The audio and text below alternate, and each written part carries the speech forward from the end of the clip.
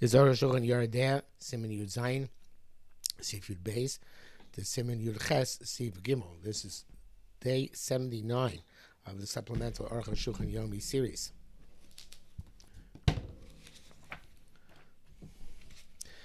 Yud Beis. There are two further signs of Gemara which are movement after death. After the Shechita Shemi Tila Reim Matrezes L'Rechok Shera, if it when it defecates, it sprays to a distance that's kosher.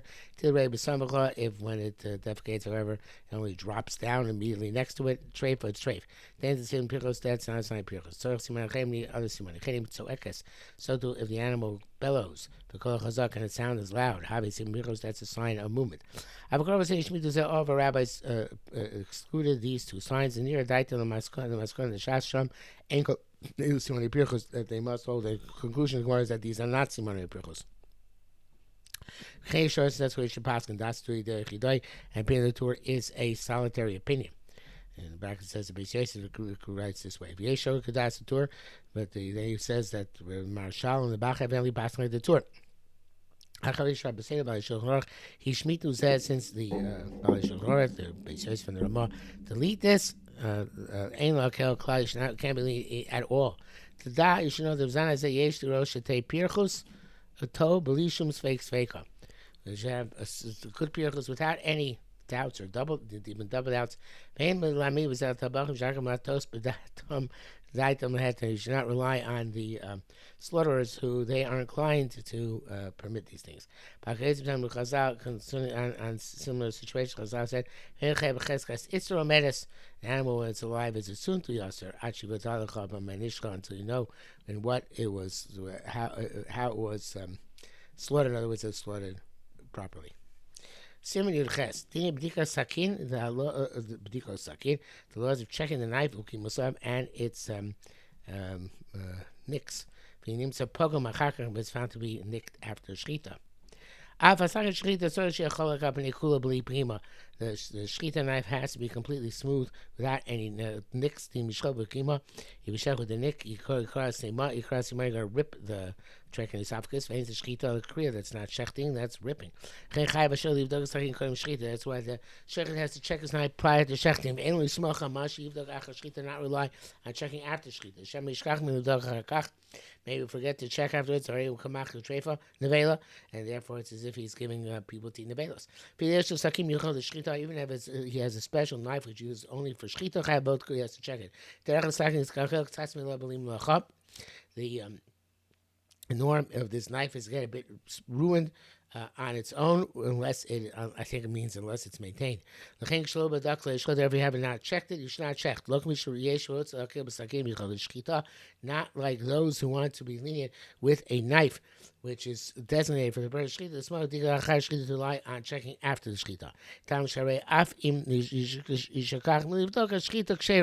The reason being that even if you forget to check the shechita is kosher, as we shall see in this siman.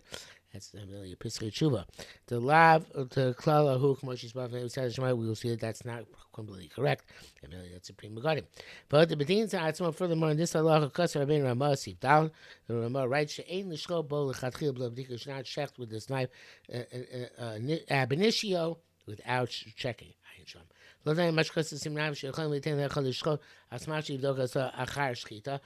comparable to the case where we can allow somebody to check, and the basic we're going to check him out after shechita, if he's expert. Because most people who are getting involved in shechita are experts. And therefore, even if you don't check him out, the shechita is permitted. That's not something that's later. There, the suffix is by us. The Shory himself knows he's slaughtering properly. As opposed to the checking knife, the Shory himself does not know. Needs a little bit of elaboration, but I think it's about sufficiently clear for now. How can we rely on this? But furthermore, the B'Sham Gufa there itself, Yesh Kampir there. There's many specific halachas in this. Furthermore, how can we make a bracha on the shechita? Maybe you find that the knife was damaged. But the Gemara in the Gemara, they link this halacha to a pasuk. It indicates it's a mitzvah to check the knife. How can we be lenient in this respect? In brackets says here, "Vaynt full short gamkin shemachmir bezeh." Full short is also machmir low b'shas tzachak unless it is a time of pressing exigency. And shalini read the ein lokil gam b'shas tzachak. So I don't think you can make even a time of pressing exigency. I'm not sure how to use that terminology for shas tzachak, but sounds good. Even though it seems to be a slight evidence to be nearly a shasham, the one including that the part of shita chulei below rates commercial shita. It doesn't say that what's the chiddush is that even a knife which is designated for shchita has to be checked. So the chiddush means that knife is not necessarily to be checked. Any right, it's not proof. Besides, having low badku in badku tzarich because then it responds that even they checked it, they have to show it to a chacham. I'm not sure without seeing exactly how they refutes this sasraya. But name it Ayin Sham Beduk. You can look there and find out. Pace. Kate Bedika, how do you check? Chazal, we find in Chazal that comedy Bedika several types of checking. Yesh Bedika B'Shimsha, those are checked by the light of the sun. Shows the Chush Sakin Shemesh, they put the sharp point in the sharp blade of the knife opposite the sun, and they look at this the blade. It has a nick.